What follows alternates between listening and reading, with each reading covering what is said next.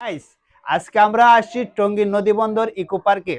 আর eco পার্কে আইসা আমরা বিভিন্ন সেলিব্রিটিদের সাথে দেখা সাক্ষাৎ হইতাছে, তাদের সাথে কথা বলতাছি। এখানে দেখেন আমার একজন আপু আছে। এই আপু আসছে অনেক দূরে থেকে, নারায়ণগঞ্জ থেকে আসছে। উনি এই টঙ্গী নদী বন্দর ইকো পার্কে এই অনুষ্ঠানটা উপভোগ করার জন্য। তা আপু, আইসা আপনার এখানে কেমন অনুভূতিটা? এখানে আসার পর অনেক ভালো লাগছে। আপনাদের দেখেছি, সব বন্ধু বান্ধব টিকটকের যত ভাই বোন আছে সবদের সাথে দেখা করেছি। দেখে অনেক অনেক অনেক অনেক ভালো লাগছে, যে বলার মতন না যে এত মানে এইটা এত ভালো লাগছে। ঠিক আছে, অনুষ্ঠানটা, হ্যাঁ, এই জন্য বলছি অনেক ভালো লাগছে।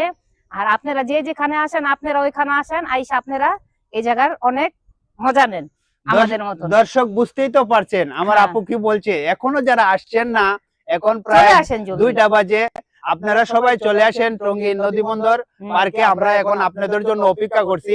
ভালো থাকবেন, সুস্থ থাকবেন, আর আমার ভিডিওটা বেশি বেশি শেয়ার করবেন, লাইক কমেন্ট করবেন। তাহলে আপনাদেরকে বিভিন্ন সেলিব্রিটিদের সাথে দেখা সাক্ষাৎ করব, তাদের সাথে কথা বলাই দিব।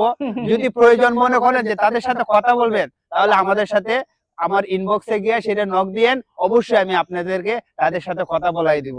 ধন্যবাদ, ভালো থাকবেন।